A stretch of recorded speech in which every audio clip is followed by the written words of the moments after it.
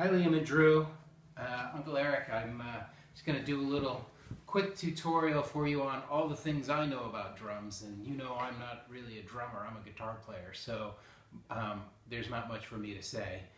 Just a few, quick going over of what the drums are, what you call everything, and things you need to know if you want to pursue this a little further. So the first thing I want to just go over real quick are what everything is called.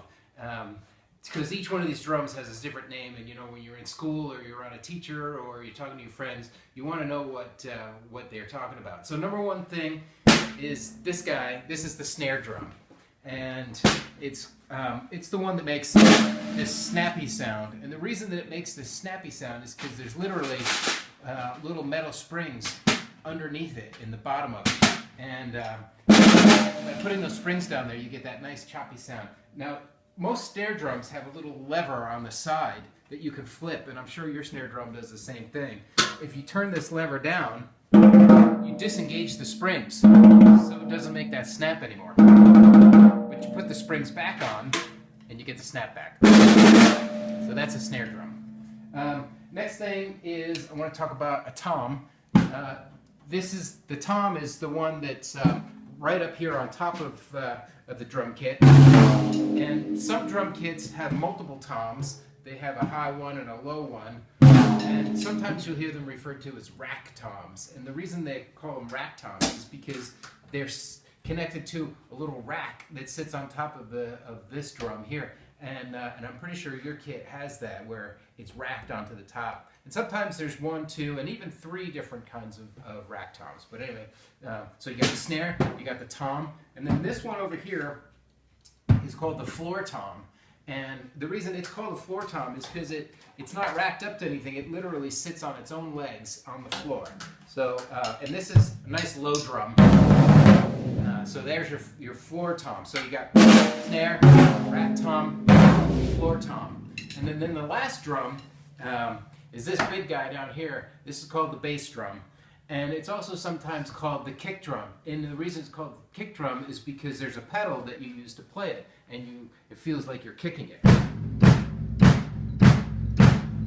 Now, one thing about bass drums and kick drums is that because they're so big, they're really noisy and they're really echoey. So that's why a lot of times you'll see drummers put a pillow or some kind of fabric into the inside of the drum.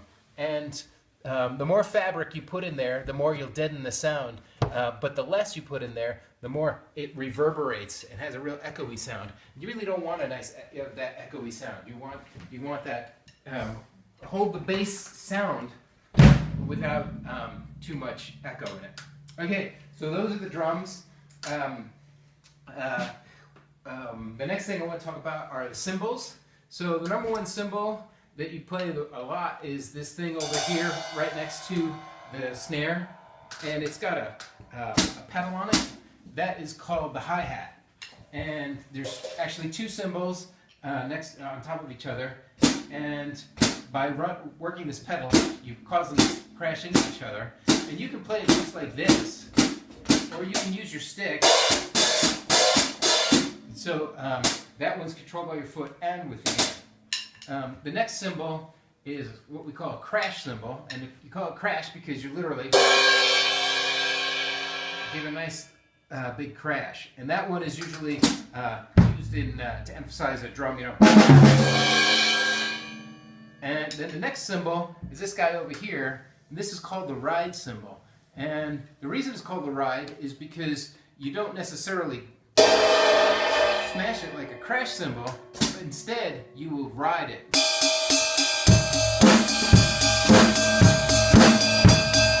So that's the ride cymbal. Now, I believe on your kit you've actually you don't have a separate crash and a ride. In fact, I think what you've got is hi-hat and a kind of what they call a combo crash ride. And just remember that to ride a cymbal, you kind of hit towards the center here what we call the bell, and you get a very different sound playing in the bell than you get out here on the side. So if you've only got the one cymbal, the way you can get multiple sounds is by,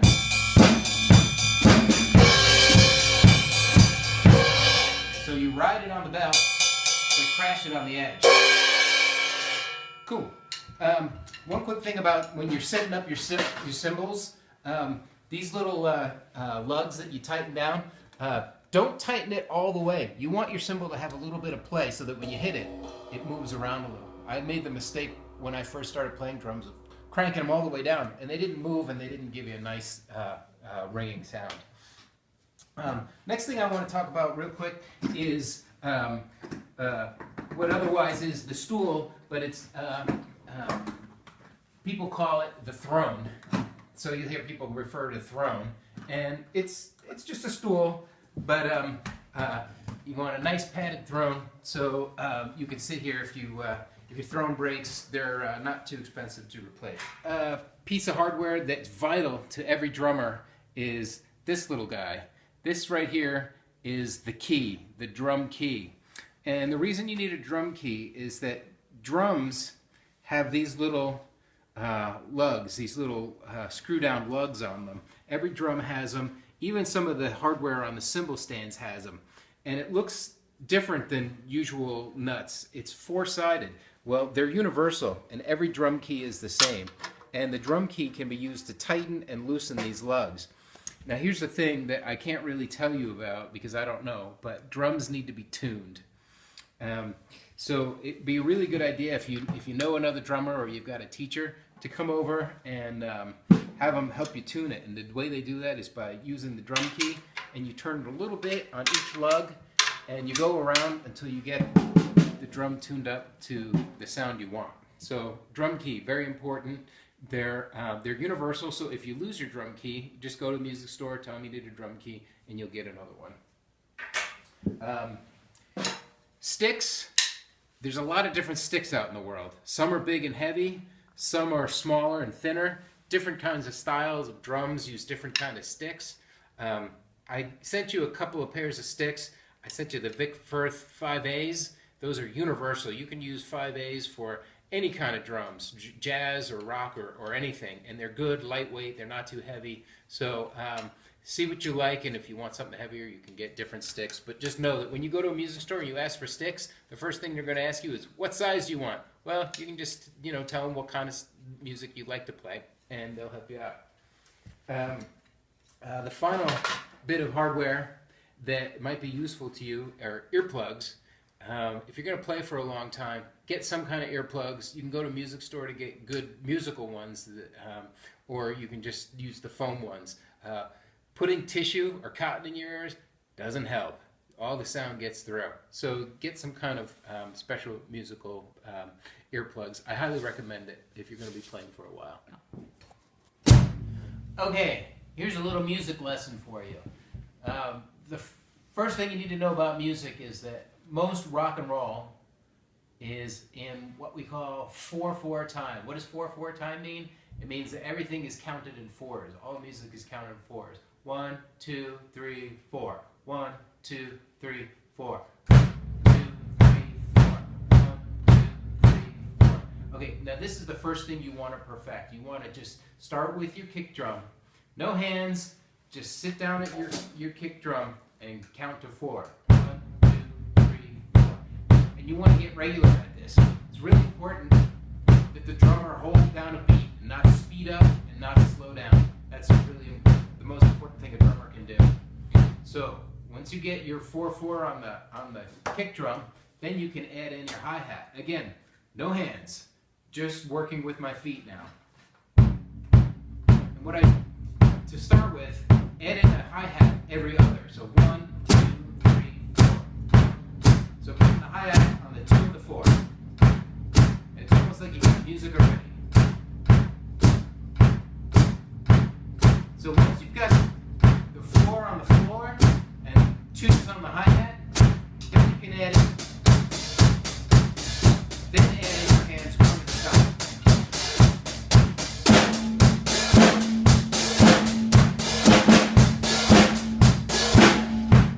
But it's so fundamental to get the 4 on the floor. 1, 2, 3, 4. Because a lot of drummers will start like this. And that's not very musical. So again, it's the best advice anybody ever gave me was start with the bass drum. 1, 2,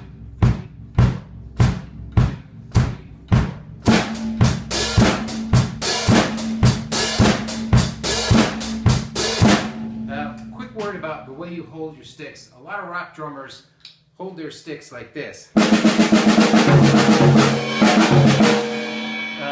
Jazz drummers, sometimes with their left hand, will flip the stick over. And that's actually the way I like to play. So, holding it forward on this one and flipped over on this one. I just like the way that holding the stick kind of with your hand upside down gives you a nice flick on the drum.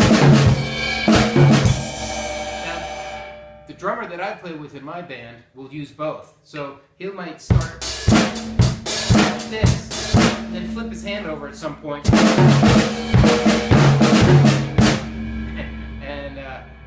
And so I think it lets him hit the drums a little bit harder, especially when he's going to do what we call a roll, which is where you... A roll is where you roll over all your drums. So, let's see. I think that's everything I wanted to talk to you about. So that's imparted all the wisdom that I have about drums, and I encourage you guys to mess around with drums, have fun, hit them as hard as you can. You can't break them. Maybe you can break them, but have fun, annoy your parents, and but the main thing is playing a lot, and just practice as much as you can, because you get better. Even if it's frustrating at first, you'll get better. And you know, think about maybe if you like it, talking to your folks into letting you get a drum teacher, because they can show you a lot more, and they can help you with exercises, and you can learn a lot more with an actual drummer who knows the right way to teach you. And I guess the last thing I'd say is if you like drums and you want to learn more about drums, watch other drummers. You know, go on YouTube and find other drummers and watch them play. Or when you go to concerts, watch what the drummers are doing. That's the best way to learn, is from other people. So I hope you guys like this. I hope this video is helpful. And next time I visit, I want to hear some drumming. Take care, guys. Merry Christmas.